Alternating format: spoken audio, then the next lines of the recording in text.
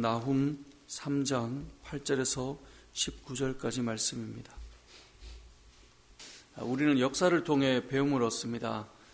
이것은 단순히 어떤 세상 역사뿐만 아니라 개인의 역사나 주변의 역사를 통하여서도 마찬가지입니다. 그러니까 역사가 반복되는 것처럼 우리 삶에도 이제 반복의 역사를 보는 거죠. 비슷한 문제가 또 일어나고 비슷한 상황이 또 만들어집니다.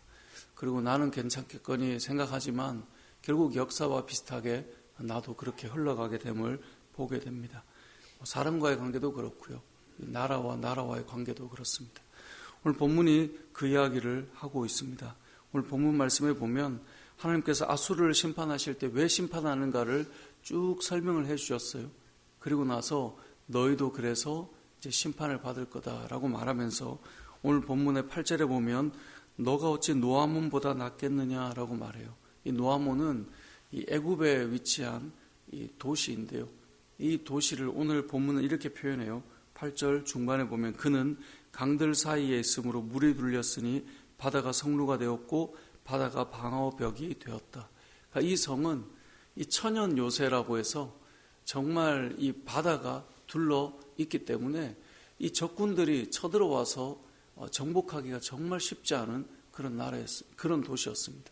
뿐만 아니라 힘을 가진 전설적인 도시라고 알려져 있는 곳인데 그럼에도 불구하고 이 노아몬이 무너졌다는 거예요. 근데 니느웨나 이 아수르가 너희가 노아몬보다 낫겠냐는 거예요.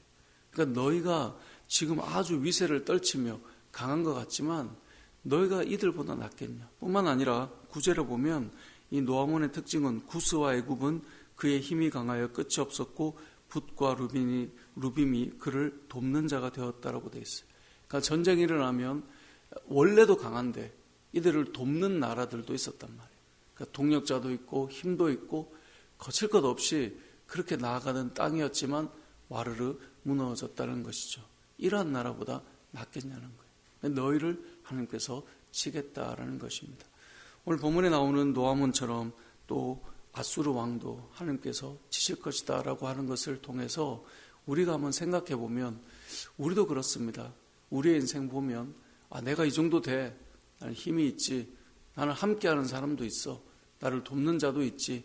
라고 우리가 아무리 자신한다 해도 하나님께서 우리의 삶을 돌이키지 않고 우리가 완악하고 강팍하고 우리가 그 악함 가운데 서 있으면 결국 하나님께서 치실 때 사람이 도울 수 있는 것이 아니고 천연 요새라고 해서 우리가 보호받는 것이 아니라 하나님의 그 일하심 속에 우리는 다 심판 앞에 무기력할 수밖에 없는 존재다라고 하는 것을 오늘 본문을 통해 우리도 기억해야 된다라는 것입니다. 사람이 좀 억세고 힘이 있고 목소리가 큰 이유는 믿는 구석이 있어서 그렇습니다. 본인 스스로 뭔가 믿을 만한 스스로 자신이 있거나 아니면 또 믿을 만한 무언가가 있기 때문에 그런데요. 결국은 그 모든 것들이 하나님의 심판 앞에서는 무기력하다는 것을 우리가 기억해야 돼요. 너희가 노아몬보다 낫겠느냐? 바꿔 말하면 이 땅을 살면서 저들도 하나님이 치시는구나. 그럼 우리가 그들보다 낫겠냐는 거예요. 우리가 항상 겸손한 마음으로 하나님 앞에 서야 함을 보여주는 것이죠. 그러면서 오늘 본문은 이 아수르를 치실 때 하나님께서 그 주변국의 반응도 같이 표현하고 알려주시는데요. 우리 말씀을 읽었지만 18절 19절을 다시 한번 읽어보면 좋겠습니다. 18절 19절입니다. 시작. 아수르 왕이여 내 목자가 자고 내 귀족은 누워 쉬며 내 백성은 산들에 흩어지나 그들을 모을 사람이 없도다. 내 상처는 고칠 수 없고 내 부상은 중하도다. 내 소식을 듣는 자가 다 너를 보고 손뼉을 치나니 이는 그들이 항상 내게 행패를 당하였음이 아니더냐 하시니라. 아멘. 아수르를 칠 때요, 이 아수르 땅에 있는 그 사람들이 흩어지고 힘을 어떻게 쓸 수 없게 그런 상황이 되었는데 모을 사람이 없다는 거예요. 그만큼 하나님의 그 심판 앞에 그 강한 나라도 더 이상 뭘 할 수가 없어요. 그런데 19절에 가보면 너의 상처는 고칠 수 없고 너의 부상은 중하여서 그 소식을 듣는 자가 어떻게 한다고요? 다 너를 보고 손뼉을 친대요.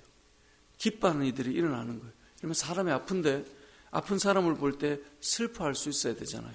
어떤 사람이 무너질 때 그것 때문에 같이 애통해 주는 사람들이 보통 있지 않습니까? 근데 아수르가 잘못되는데 그 잘못되는 것을 보고 손뼉을 치고 좋아한다는 거예요. 우리가 어제 우리 교회가 영혼을 사랑하는 교회다라고 할 때 다른 이들을 소중히 여겨서 그들이 좀 잘 될 때 함께 기뻐해주는, 여러분 누군가가 내가 잘 될 때 같이 막 좋아해주고 즐거워해주는, 예전에 어떤 분이 그런 말을 하더라고요. 좋은 일이 생겼는데 그걸 나눌 사람이 너무나 많지 않다라는 거예요. 그러니까 그만큼 세상이 각박하고 경쟁사회고 잘 돼도 좋아하지 않아요.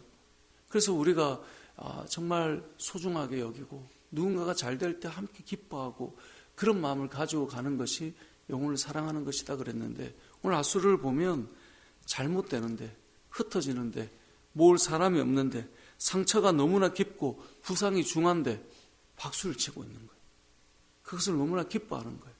안 되었는데 애통하는 게 아니라 아이고 잘 됐네, 이렇게 생각한단 말이에요. 왜 그런가를 봤더니 이는 그들이 항상 내게 행패를 당하였음이 아니더냐. 성경에 행패 부린다라고 하는 말이 나오죠. 행패를 당해서 그렇다라는 거예요. 그럼 우리가 이 땅을 살아갈 때 아수르의 모습을 우리는 잘 반면교사 삼아야 돼요. 우리가 다 어려움을 겪을 때가 있어요. 믿는 자도 고난 가운데 우리가 들어설 때가 있어요. 욥처럼 당대 의인이라고 불리는 사람도 하나님의 그 허락하심 가운데 당하는 고난이 있을 때가 있는 거예요.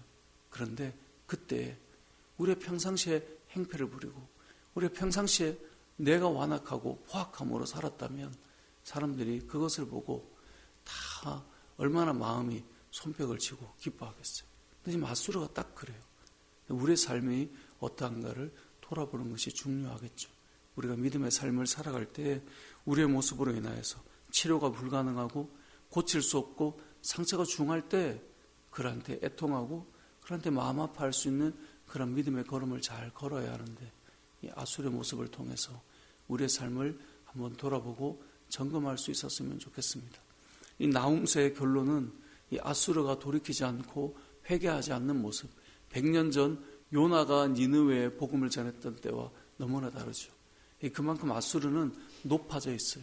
북이스라엘을 무너뜨렸고 남유다를 얼마든지 침공할 수 있는데, 그 너희가 믿는 신이 우리에게 이런 메시지를 준다고 아마 코웃음을 쳤을 거예요.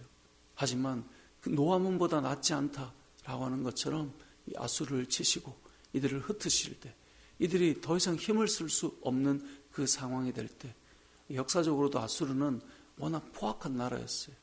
사람들의 귀를 베어서 그걸 다 고리에 묶어가지고 그렇게 전시할 정도로 포악한 사람들이었어요.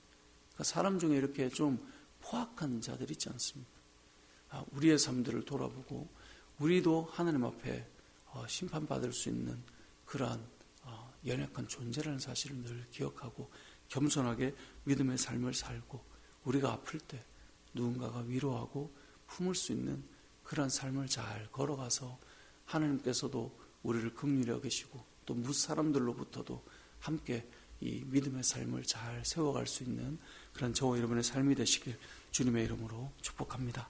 아멘.